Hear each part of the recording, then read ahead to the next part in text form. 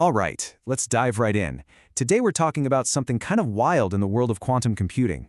It's a story about how scientists took the single biggest problem in the field and actually turned it into the solution. And that brings us to this central, almost paradoxical question. You see, for decades, the entire field has been locked in this huge battle against one specific enemy. But what if they were fighting the wrong battle all along? Let's back up and set the stage. Okay, so to really get why this is such a big deal, you got to understand the fundamental challenge here. Quantum computing, its promise is absolutely world-changing, but it's all built on these incredibly delicate, fragile foundations. And here's the core of it, right? The very thing that makes qubits so powerful, the thing that lets them do these unbelievable calculations. Well, that's also what makes them so incredibly fragile. The slightest little disturbance can just, poof, wipe out all that precious information in an instant. So, how do you protect these things? Well, for quantum processors from big names like IBM and Google, you have to keep them in some of the coldest places you can possibly imagine. We're talking temperatures right down near absolute zero. That's a bone-chilling minus 273 degrees Celsius. But here's the kicker. Even when you've got the whole machine chilled to the coldest possible temperature, you still have to deal with the heat being generated inside the circuits themselves. And that remains this massive, persistent problem.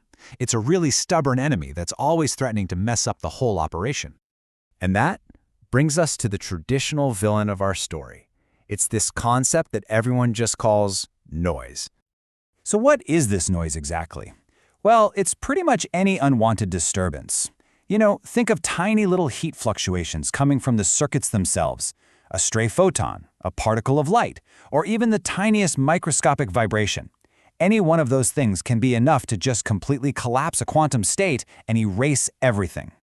So because of this, the old way of thinking, the rule that guided the field for decades, was really simple. Noise is the enemy, period. It's a purely destructive force. And the only way forward was to build better and better shields to just get rid of it. But as you can probably guess, that's all about to change.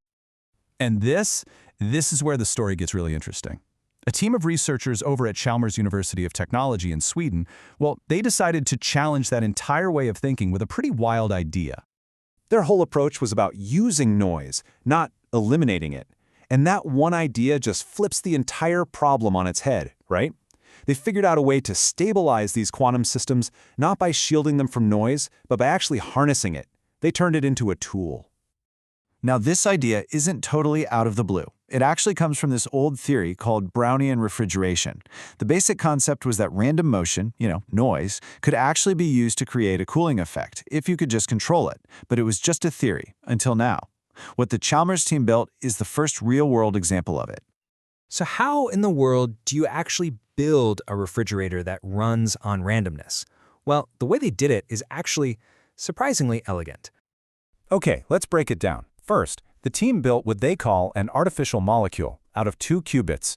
Then they hooked these up to 2 microwave channels. You can think of them like a hot pipe and a cold pipe. And then, and this is the magic trick, they inject very specifically tuned microwave noise through a 3rd channel. This carefully controlled noise acts like a switch. It literally guides the heat, telling it where to go and directing it away from where it can cause problems. The lead author, Simon Sunderland, has a great name for it: guided dissipation. I love that. It's a really cool way of saying that instead of just letting heat chaotically escape and cause all kinds of damage, they're actively steering it. They're using noise as the rudder. And the level of control they have here is just mind-blowing. They can measure and direct heat currents on the scale of attowatts an attowatt. That's a decimal point followed by 17 zeros and then a 1. It is an almost impossibly small amount of energy. Okay, to give you some perspective on just how tiny that is, check this out. If you took an attowatt of energy and tried to warm up a single drop of water, it would take you longer than the age of the universe just to raise its temperature by 1 degree. That is the insane microscopic scale we're dealing with here. So, what's the big picture here? What does this mean for the future of quantum computing? Well, it's a huge deal. It fundamentally changes the entire relationship between a quantum computer and its environment. One of the co-authors, Amir Ali, pointed out the biggest advantage. This lets them manage heat from within the circuit itself. So instead of just relying on these massive, clunky, brute force refrigerators on the outside, they can now do precision cooling right where it's needed most, down at the level of the individual qubits. And get this. What's really exciting is that this thing isn't just a refrigerator. If you tweak it a bit, it can also act as a heat engine to do work or even as an amplifier to boost quantum signals. That kind of versatility, man, that could be a total game changer for designing the next generation of quantum computers. So when you boil it all down, this research gives us more than just a new tool. It completely reframes one of the biggest problems that has held this entire field back for years. It proves that noise doesn't have to be the enemy. If you're smart about it, if you engineer it correctly, randomness can actually be part of the solution. And that really leaves us with a fascinating question to chew on, doesn't it? If something as universally hated as noise can be turned into an ally, what other so-called problems in quantum physics, or heck, in any field of science, aren't really problems at all?